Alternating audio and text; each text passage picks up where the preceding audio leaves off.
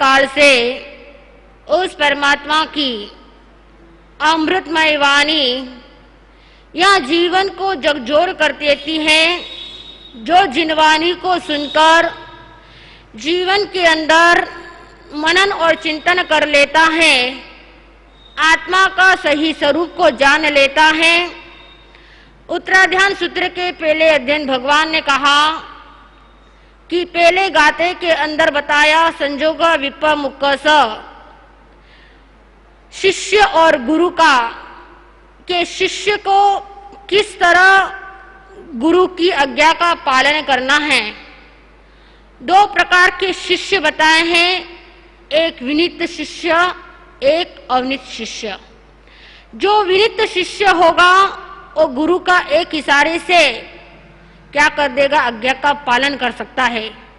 जो अविनीत शिष्य होगा उसे बार बार समझाने पर भी वो समझता नहीं है। उसी प्रकार जीवन के अंदर हम भी अपने गुरु के प्रति श्रद्धा और आस्था होनी चाहिए। सुशील माताओं, धर्म प्रेमी भाइयों एवं बहनों, लोगस्य उज्जोए गरे धम्मति ठहरे, जिन्हें लोक में जिन्होंने उद्योत किया, धर्म रूपी तीर्थ की स्थापना की, ऐसे चरम तीर्थेश ज्ञात पुत्र जिन शासन नायक समर भगवान वीर वर्धमान श्री महावीर स्वामी जी का आपके और हमारे ऊपर अनंत अनंत उपकार है। सब जगत जीव रखन रे ठाए पावेण भगवया सुकह्यम।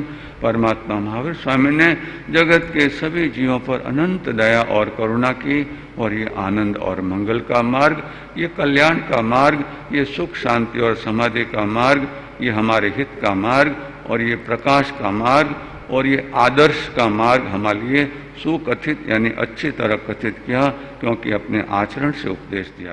अरे मुसाफिर जग में आकर कर जाना कुछ दान, दान की महिमा बड़ी महान, दान की महिमा बड़ी महान।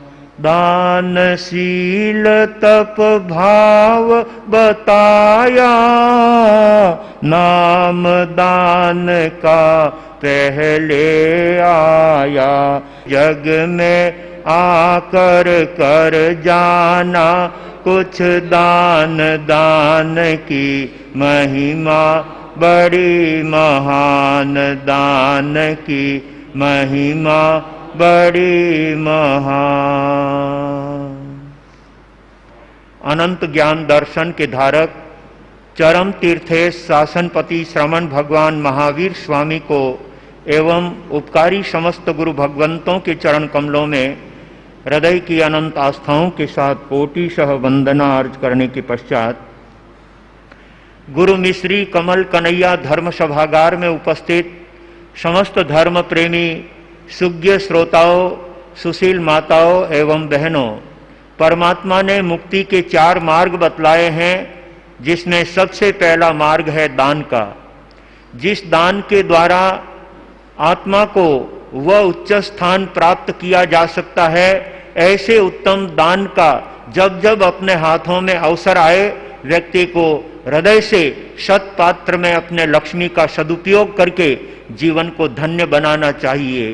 दिया नहीं दान जब घर में सामान था। जब व्यक्ति के पास सब कुछ होता है और उस समय यदि वो नहीं दे पाता है तो फिर उसका अर्थ क्या है, उसका लाभ क्या है। इसलिए ज्ञानी कहते हैं दिया नहीं दान जब घर में सामान था, और भजा नहीं राम जब घर में आराम था। जब सब तरह से व्यक्ति आराम में होता है, उस समय संतों के द्वारा कहा जाता है भाई थोड़ा टाइम निकालो, परमात्मा की भक्ति किया करो, प्रवचन का लाभ लिया करो, सत्संग में आया करो। बाप जी टाइम नहीं है, अभी तो मरने की भी फुर्सत नहीं है। ऐसे भी लोग कह देते हैं भाई मरने के लिए टाइम निकालने की जरूरत नहीं पड़ेगी हो, वो तो जिस दिन आएगा ना उस दिन आपकी एक भी सुनवाई नहीं होगी। आप चाहे कितने ही बहाने करोगे, अभी बच्चे छोटे हैं, अभी उनकी शादी करनी है, पोतों को भी देखना है, ये करना है, आप कितने ही बहाने करेंगे, कालचंद जी एक भी आपकी सुनवाई करने वाले नहीं हैं। इसलिए कर लिया सो काम और भज लिया सो राम। ऐसे काम अपने जीवन में कर लेने वाला व्यक्ति जीवन को धन्य बना लेता है, जीवन को सफल बना लेता है। और ये मौके हमें मनुष्य जीवन में मिले हैं। मानव जीवन एक ऐसा जीवन है जिसमें हम दान भी कर सकते हैं, शील भी पाल सकते हैं, तप भी कर सकते हैं और सुंदर भावना भी भा सकते हैं। दूसरों के लिए अच्छे विचार रख सकते हैं, दूसरों के लिए कल्याण की भावना कर सकते हैं। ऐसे उत्तम भाव एकमात्र यदि किसी भव में किए जा सकते हैं तो वो है मनुष्य का भव। इसलिए कहते हैं कि थोड़ा समय निकाल करके गुरुओं के चरणों में बैठना चाहिए, सत्संग करना चाहिए, जीवन में लाभ उठाना चाहिए, तो इस मनुष्य जीवन का मूल्य हम अपने जीवन में प्राप्त कर सकेंगे। अन्यथा जैसे आए वैसे ही यहाँ से व्यक्ति चला जाएगा। इसलिए अपने हाथों से सुकृत के कार्य, परमार्थ के कार्य, उपकार और भलाई के कार्य करके इस मनुष्य जीवन का लाभ उठाना चाहिए और अपने जीवन को सार्थक बनाना चाहिए। बात आपके सामने दान की कर रहा हूं। सचमुच में हर व्यक्ति दान देने के योग्य होता है। व्यक्ति की भावना होनी चाहिए। भावना नहीं है तो करोड़ों की संपत्ति घर में पड़ी हो तो एक कौड़ी नहीं दे सकता। और जिनके दिल में देने की भावना होती है वो 10 रुपए कमाता है तो भी उसमें से 1 रुपया दान करने की कोशिश करता है। मुझे मिला है तो उसमें से थोड़ा तो अपने हाथों से परमार्थ का और भलाई का कार्य कर लेना चाहिए। ऐसे परमार्थ के कार्य करने वाले व्यक्ति अपना नाम दुनिया के अंदर अमर कर जाते हैं। भामाशाह को हमने देखा नहीं, लेकिन वो उत्तम दान का कार्य उन्होंने जीवन में किया तो उनका इतिहास में नाम अमर हो गया। 400-500 वर्ष होने के बाद भी हम उनको याद करते हैं। उनका नाम किसी पाटिये पर नहीं लिखा है, किसी तख्ती पर नहीं लिखा है, कहीं नेम प्लेट पर उनका नाम नहीं लिखा है, लेकिन 500 वर्ष के बाद भी हम उनको इसलिए याद करते हैं कि उन्होंने अपने हाथों से सत् कार्यों में दान दिया था और अपनी लक्ष्मी का लावा लिया था। ऐसे लक्ष्मी का लावा लेने वाले भाग्यशाली अपने जीवन को परम पावन बना लेते हैं और अपने जीवन को धन्य बना लेते हैं। एक घटना अपने इतिहास की आपके सामने रख रहा हूं, जो बनी हुई घटना है और हमारे समाज की घटना है, हमारे ओसवाल समाज की बात है, तो वो बात जीवन में सुनने लायक है और अपने जीवन में उतारने लायक है। बात उस समय की है जब जिस समय में राजस्थान के अंदर भयंकर दुष्काल का कार्य चल रहा था। कई वर्षों से लोगों को खाने पीने के लिए पूरी तरह से अन्न और पानी उपलब्ध नहीं हो रहा था। ऐसे समय में आगरा के अंदर एक सेठ साहब थे जिनका नाम था बलवंत सिंह जी मूथा।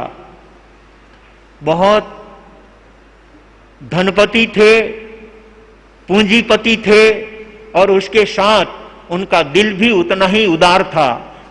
जीवन में कुछ मिला है तो उसका अपने हाथों से उपयोग करना भी वे जानते थे। जिनके पास है वो यदि उपयोग नहीं कर सकते तो भला वो किस बात के धनपति। इसलिए ज्ञानी कहते हैं या देही को पाए के, या देही को पाए के देह देह कछु देह। इस देह को प्राप्त करके अपने हाथों से कुछ देना चाहिए और देह खेय हो जाएगी। जिस दिन देह की राख हो जाएगी उस समय में कौन आकर के कहेगा कि हमको कुछ दो। देह खेय हो जाएगी, कौन कहेगा दे। उस समय आपसे कोई मांगने के लिए नहीं आएगा। जब तक आपके अंदर देने की योग्यता है तभी तक कोई आपके सामने अपना हाथ पसारता है, आपसे कुछ अपेक्षा रखता है। तो ज्ञानी कहते हैं या देही को पाए के देह देह कछु दे। कुछ देकर के इस जीवन का भला कर लेना चाहिए। ये बात, ये सूत्र, ये मंत्र बलवंत सिंह जी मूथा के दिल में बसा हुआ था। उन्होंने सोचा मेरे राजस्थान के अंदर भयंकर दुष्काल पड़ा है तो मुझे इस समय में राजस्थान में जाकर के और अपनी लक्ष्मी का लावा लेना चाहिए। भाग्यशालियों, उनके आड़त का बहुत बड़ा काम था और सैकड़ों टन माल उनके गोडाउन में हमेशा मिलता था। ऐसे वे धनपति बलवंत सिंह जी मूथा अपने यहां से 500 ऊंटों पर अनाज भर करके वे राजस्थान की तरफ कदम बढ़ाते हैं।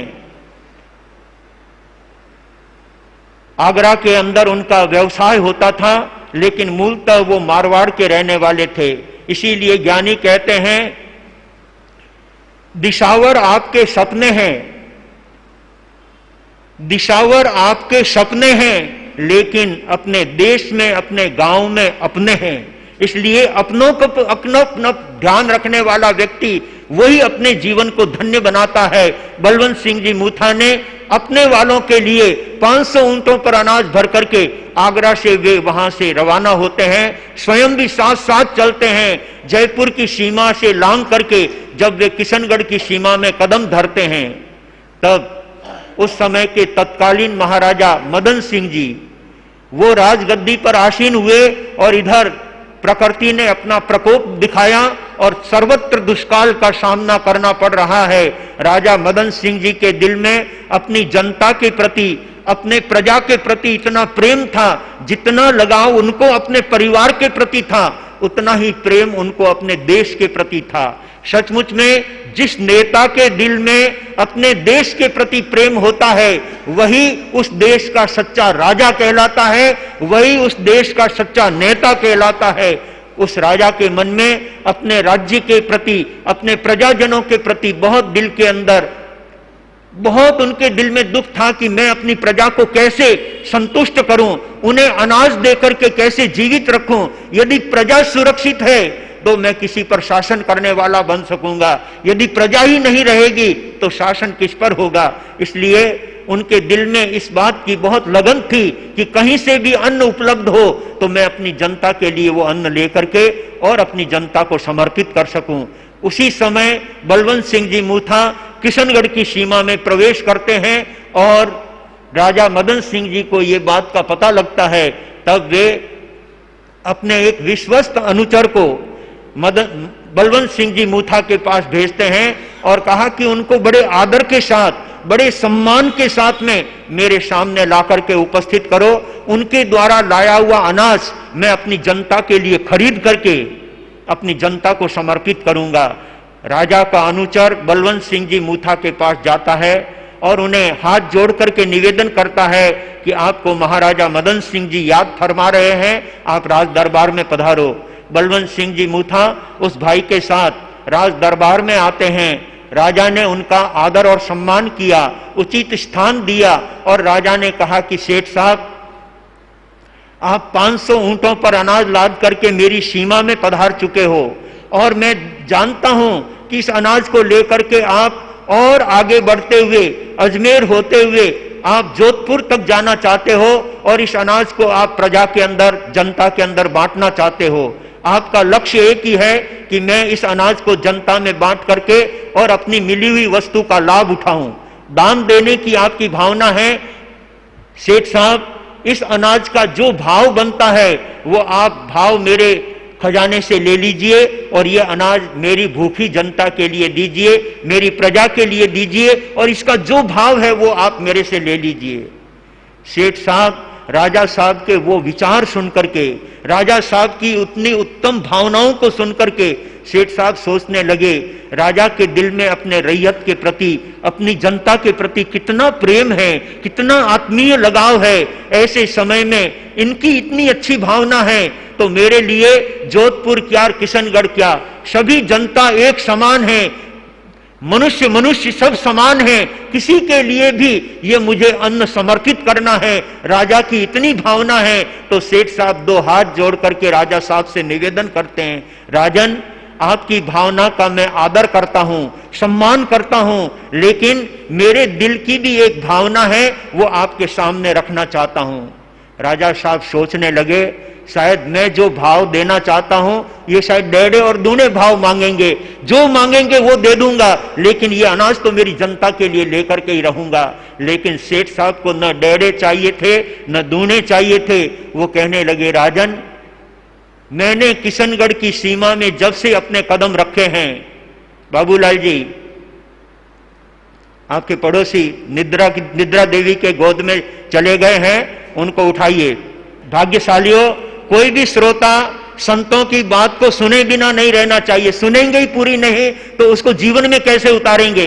तो कम से कम परमात्मा ने 2 कान दिए हैं, विधाता ने आपको सुनने के लिए 2 कान दिए हैं, तो बराबर सुनिए और उसको दूसरी जगह जाकर के भी कहने का भाव रखिए।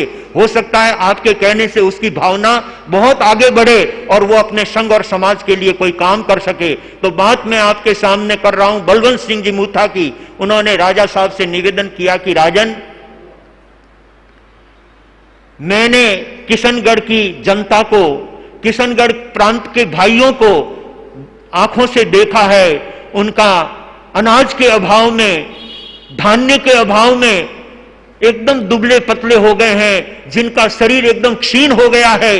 राजन, मेरे दिल में भी एक भावना बनी है और वो मैं निवेदन करता हूं आपके चरणों में कि ये 500 ऊंटों पर जितना अनाज मेरे पास में है, वो सारा का सारा अनाज मैं अपनी ओर से, मैं अपनी तरफ से आपके चरणों में इन भूखे भाइयों के लिए समर्पित करना चाहता हूं और निवेदन करता हूं, आगरा के अंदर 500 ऊंटों पर आवे जितना अनाज मेरे गोडाउन में और रखा है, वो भी मैं तत्काल पहुंच करके ऊंटों पर भर करके वो अनाज भी आपके चरणों में अपनी ओर से निवेदन करना चाहता हूं, अपनी ओर से आपके चरणों में समर्पित करना चाहता हूं। राजन, ये छोटी सी तुच्छ भेंट, क्या बोलते हैं सेठ साहब, ये छोटी सी तुच्छ भेंट स्वीकार करके मुझे कृतार्थ करेंगे। राजन, मेरी भावनाओं को ठेस नहीं पहुंचाएंगे।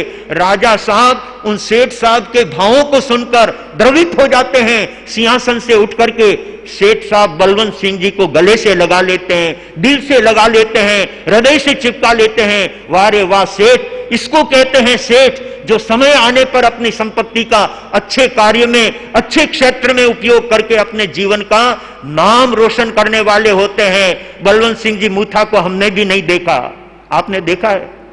किसी ने नहीं देखा, लेकिन आज उनकी गुण गाथा गाते हुए अत्यंत हर्ष का अनुभव होता है, खुशी होती है कि हमारे समाज के अंदर ऐसे ऐसे दानवीर, ऐसे ऐसे महानुभाव हुए हैं जिन्होंने हमारे समाज का सिर ऊंचा उठाया है, हमारे समाज का स्तर ऊंचा उठाया है। ऐसे करने वाले व्यक्ति अपनी आत्मा को तो पावन बनाते ही हैं, लेकिन अपने समाज का और अपनी जाति का भी गौरव बढ़ाने वाले होते हैं।